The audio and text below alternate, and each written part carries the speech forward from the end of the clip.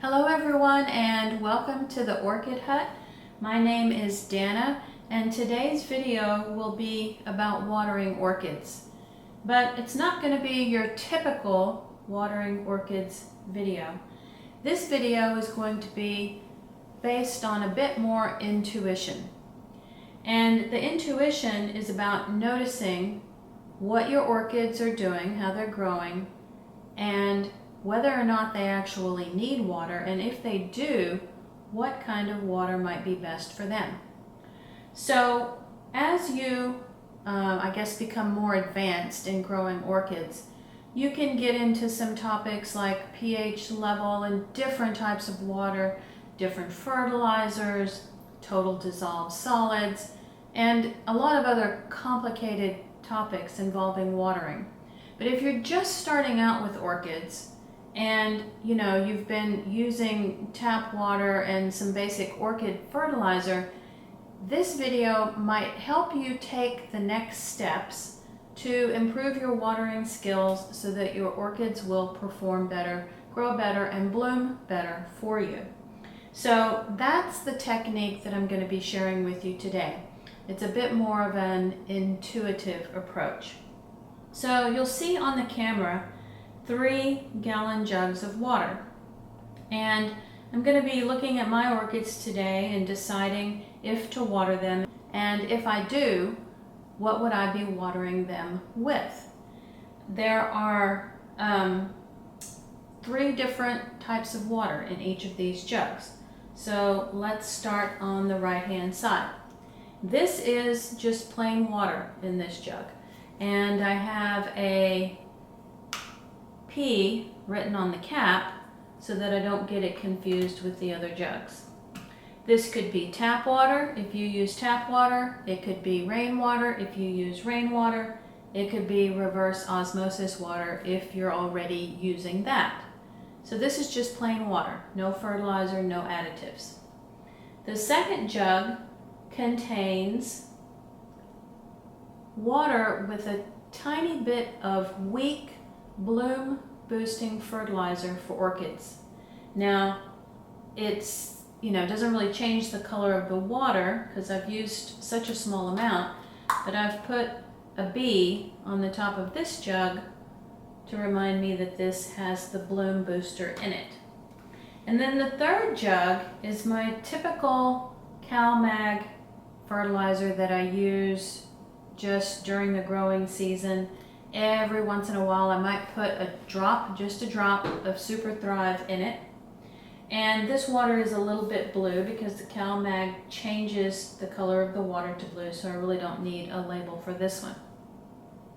So starting back at the beginning, the plain water is given mostly to orchids that are just resting at the moment. They're not putting on new growth, they're not about to bloom, their leaves are mostly developed, their roots are mostly developed, and they're kind of just waiting to go into whatever next season they're going to go into. The bloom booster fertilizer is given to orchids who have mostly developed their new growth and roots, and the next thing that they will be doing in the next month or 2 is developing blooms. So those orchids get this fertilizer. And the final fertilizer is given to orchids that are still growing. They're still producing leaves, or the leaves are not yet to full growth. They're still producing roots. And that's kind of the typical fertilizer that I use during the growing season. So the first decision with every orchid is whether or not it even needs to be watered. Is it thirsty? And then if it is, what stage of development and growth is it in? And then we would choose one of these 3. Now, this does complicate your watering scheme just a little bit. You will often hear growers talk about, well, I water my Phalaenopsis every 7 days. I water my Phalaenopsis every 10 days. And this does sort of complicate that because you may not actually be on a strict watering schedule. This is more about checking in with your orchid every few days, every 2 or 3 days, and deciding if and how they need to be watered. So what we're going to be doing today is taking several orchids as examples and talking through how to make the decision about whether to water them and how to water them. Okay, so coming up next will be all of the orchid examples, and please like this video if you've learned something. Hit the subscribe button. I already have many videos posted. You could actually binge watch them all at this point if you like the content of my videos. So thanks for watching in advance, and the orchid examples are coming up next.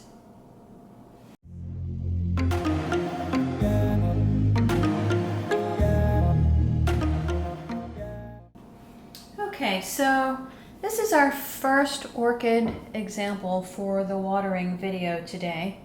It's a no ID Phalaenopsis. I just recently cut the spike off of it, and so the next thing I would be expecting this orchid to do is begin developing roots and possibly putting on some new leaf growth from the top of the orchid. As you can see through the pot, the roots are still extremely green, and this is a sign that a Phalaenopsis orchid is already well hydrated. When a Phalaenopsis is thirsty, the roots will be more of a silvery gray color, and that's an indication that water is needed. But I watered this Phalaenopsis about maybe 4 days ago, and now that I've come back around to look at it, I can see that it's still well hydrated. There's a little bit of moisture still down in the pot, and it would be too soon to water this orchid again. When this orchid does become dry, however, I would be watering it with my blue fertilizer, because I am expecting root development and leaf development now that the spike has been removed.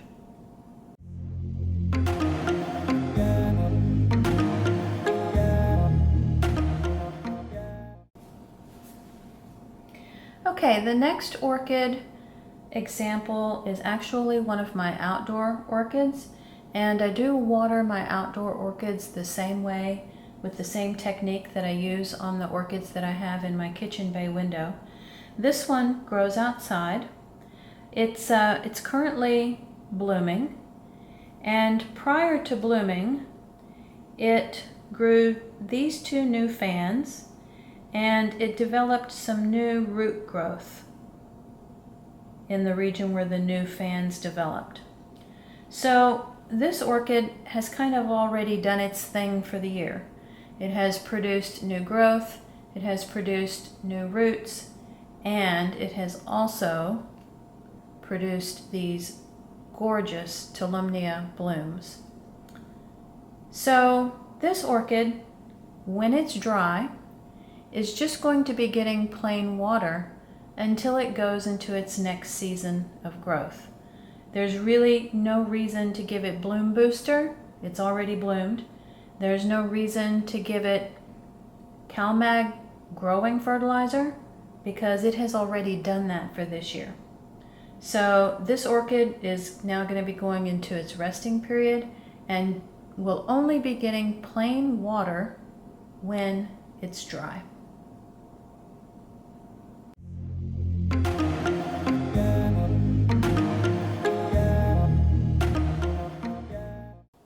Okay, here's the next orchid in our set of examples today. This one has a very difficult name to pronounce. It's an intergeneric hybrid, Epilaleocattleya, Jackie Bright, Hilo Stars. It's a very interesting orchid. I have had it not quite a year. Maybe I've had it like about 10 months. And if we look at the growth on this orchid, it is currently sending up 2 new pseudobulbs. This one, and then one that's a little bit more to the interior. So these are the two new growths. And within the last month, it has begun sending out all of these new roots. So it is definitely in its growing period. And when it finishes this new growth of both leaves and roots, I would expect that the next thing that's going to happen is that it will attempt to send up a bloom spike if it has been treated well and has had all the conditions that it actually wants. So, as I look at this orchid though, I see that from the previous time I watered, these roots, even on the top of the pot, are very green, which means there's still moisture down in the media that it's able to absorb. And even if you look closely at the pot, you can still see some of the moisture down at the bottom of the pot. So this orchid is not thirsty yet. It will be skipped on watering day, which is today. However, the next time that it is thirsty, I will be using the Bloom Booster fertilizer, because I'm expecting that the next thing this orchid will attempt to do is put up a bloom spike.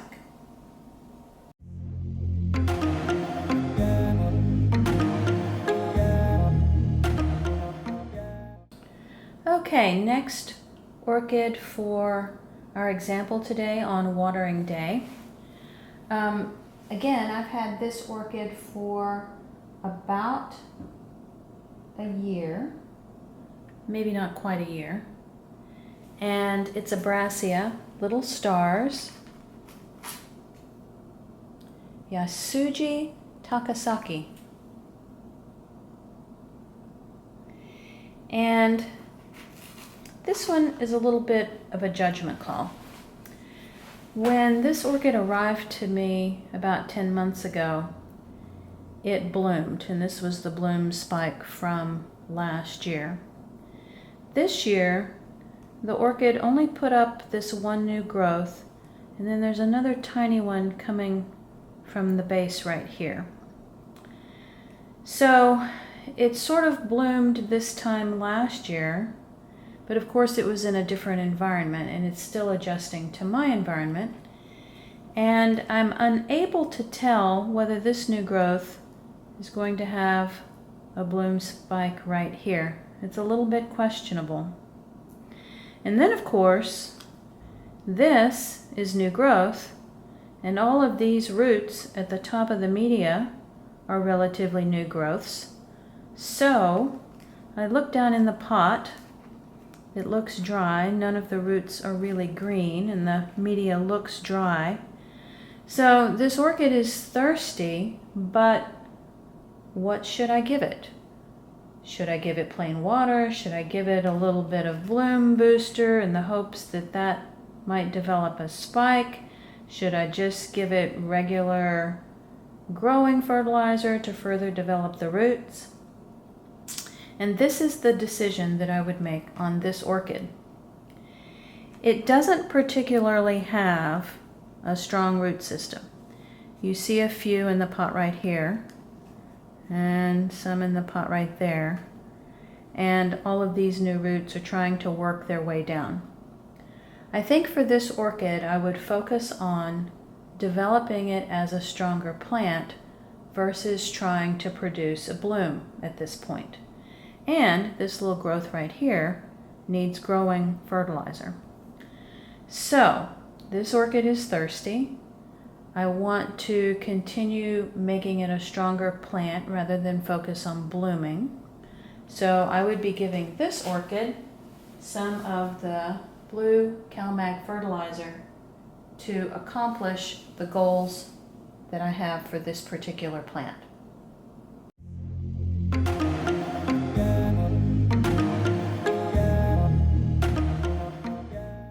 Okay, the next orchid in our lineup of examples here.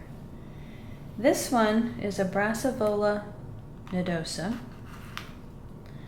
I have had this orchid for maybe about 3 months. And you can tell that it's still in the dark colored pot as it arrived to me from the grower. So the first thing that you probably recognize now is that it's much easier to see the root system and to see whether or not there's moisture inside the pot if the pot is clear or somewhat opaque. If you have your orchids in dark colored pots, it makes this exercise a bit more challenging, and for beginners especially, I would recommend clear or opaque colored pots. But this orchid had some new growths when it came to me, and I'm just looking at the top of the media and I can tell that the bark is dry, and if I kind of look at the bottom, I'm not seeing any kind of moisture collected down there. So this orchid is thirsty, but now we need to decide how we're going to water it. Well, it just so happens that there is a bloom sheath developing right here in this new growth. And so since this orchid is thirsty and I want to be able to have this orchid develop this bloom, its root system looks pretty extensive by just looking at the top. I would be watering this orchid today with the bloom booster fertilizer that I have mixed up in the middle gallon jug.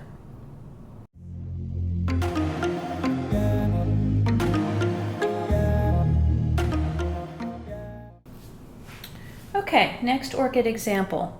This is a mini Phalaenopsis, no ID. It's in a very small, sort of porous clay pot, and I just know from the history of watering this orchid that it does dry out rather quickly because it's a smaller pot and it's porous. I can even tell on the top of the pot that the sphagnum moss is rather crunchy and the bark is dry. So I do know that this orchid is thirsty. I also know that it's not going to be blooming anytime soon. It skipped blooming this spring, so hopefully it will bloom again in spring of 2022, but that's still many months away. And because it didn't bloom, I think it also just put on the new growth for the year kind of early. So this was its new leaf for the year, and if you look at the axis of the plant, there's no more active growth. There are no more new leaves coming right at the moment. So this orchid is sort of resting right now. It's not developing any new roots, it's not growing any new leaves, it's not about to bloom anytime soon, but it is thirsty. So this orchid will just be getting the plain water today.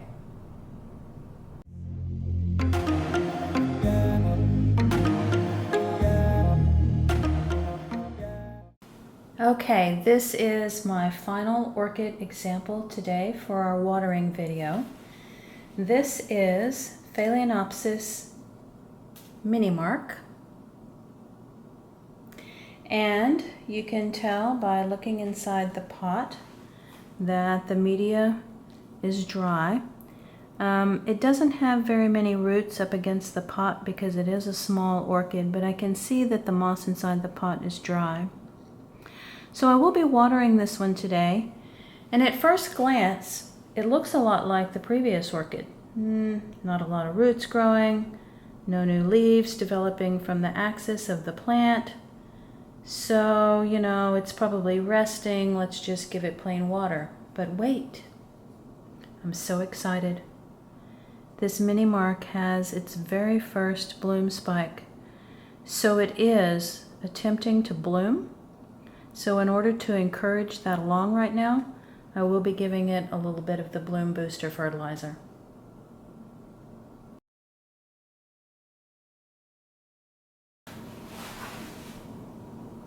I really hope you learned something new today that you would like to try with watering your orchids. There are, of course, many more advanced topics regarding watering orchids, like the types of water that you use and how to measure fertilizer, and oh my goodness, all of the different fertilizer brands that you can choose, and total dissolved solids and pH of the water and on, but when you are a beginning home grower, you might want to try this method to see if it helps you improve your orchid growing. And then as you learn, you can begin to incorporate some of the more advanced topics. So if you learned something new, please like the video and subscribe with the button in the bottom right-hand corner of the screen. Thanks for watching.